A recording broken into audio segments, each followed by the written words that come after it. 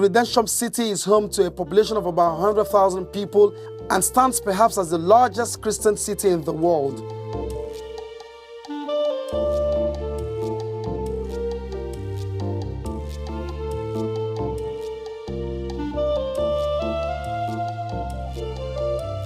There are over 300 housing units available for callers at this site of religious tourism and community.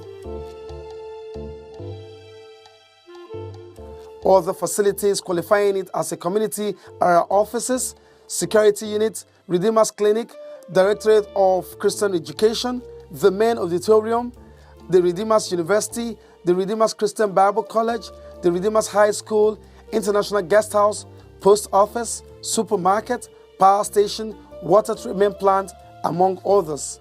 With the inflow of industries, these religious bodies and everything, property market have gone on nothing less than 500%. I had a case of somebody in Shagamu whose property, probably they were paying about 5,000 naira per month. It has gone up to about 20-something thousand naira per month. And even the house for 1 year rent.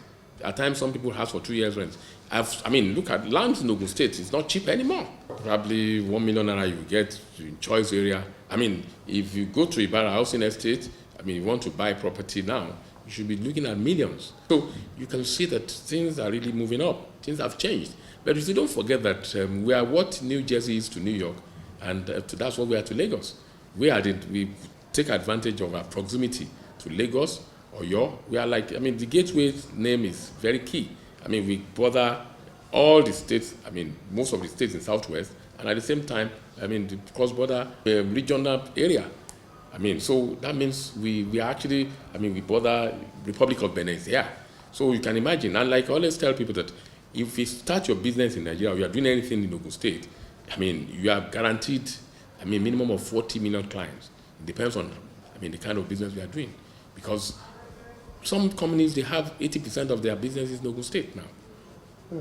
Because, they have their head office in Lagos, but Ogun State is the key area. So they all have that. And that's what I tell people, that Ogun State has really erupted economically. We are now in an investment destination. Indeed, the community of camps for religious purposes are rapidly growing as an industry that should be encouraged by the government. What we have been able to do, we call it Ogun Standard. We've been able to project that, okay, plus or minus, and even we are doing what they call best standard. Plus or minus, this is what, if we emphasize that, the population will be 10 million, we are making provision for 15 million. So that we are trying to look at the buffer stock is there and everything. So it's important for us as a government to ensure that, and that's what we are trying to do. We are trying to set up this standard that even after we are long gone, people will be able to do the right thing, follow that standard. And you see, that's the best practice. So that's what we are trying to do. No sentiment. And that's what I tell people. You don't need to know the governor or any commissioner to get things done in Ogun State anymore. You just, once you meet the necessary criteria, then you get it done. So, and don't forget that, who are the people that run this? They are the civil servants. So once you've imbibed and they've bought into what you are doing, then, they are going to have generation to come and they say, oh no, this is how it's done, this is what is done, this is how we do it, and they get it right. So that's, see, as a government, you are there temporarily, maximum 8 years, but the people that are coming behind you and the people you have, the full soldiers, once you've imbibed that culture in them, you'll be able to do the right thing. Many suggest that the federal government and state governments can market it just like visits to the holy cities across the world are done. This, they say, will facilitate the quick development of infrastructure and generate employment. What we've done is that we've harmonized our taxation, because what we believe that the days of putting spikes on the road is gone. And secondly, we are trying to ensure that we make things easier for our investors and existing and potential investors, because it helps. People now see, they compare notes. They compare, Ogun State, this is what they are doing, and we've created that enabling environment for them so that the business is thriving because the environment, even the infrastructural development. When we first of all came in, infrastructure, Ogun State became a construction yard.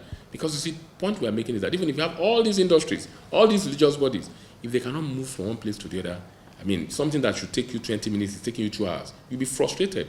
But now people can plan, there's no traffic here, plus or minus I should be here. And that is the most important thing. Apart from the spiritual satisfaction and quest associated with the trajectory currently being experienced and still growing, the economic contributions of tours and visits like those to Jerusalem, Mecca, and the Vatican can be harnessed back home, especially in and around the religious congregation and camps on this axis, if a thorough planning and careful attention is paid to the vicinity. So, rather than see the population surge as stretching existing infrastructure, it should be a huge advantage in disguise. Nigeria has been described as Africa's next destination for economic growth and development, and this is largely attributable to its population strength. Therein lies the galvanizing impetus when you, for instance, consider about 6 million people that travel to a particular destination for religious obligation. That number is humongous, and if governments at the state and federal level can tap into it, the explosion will be exponential, both in terms of infrastructural development and economical growth. That's the much we can take this week. Join us again when we return to your screens next week. Bye for now.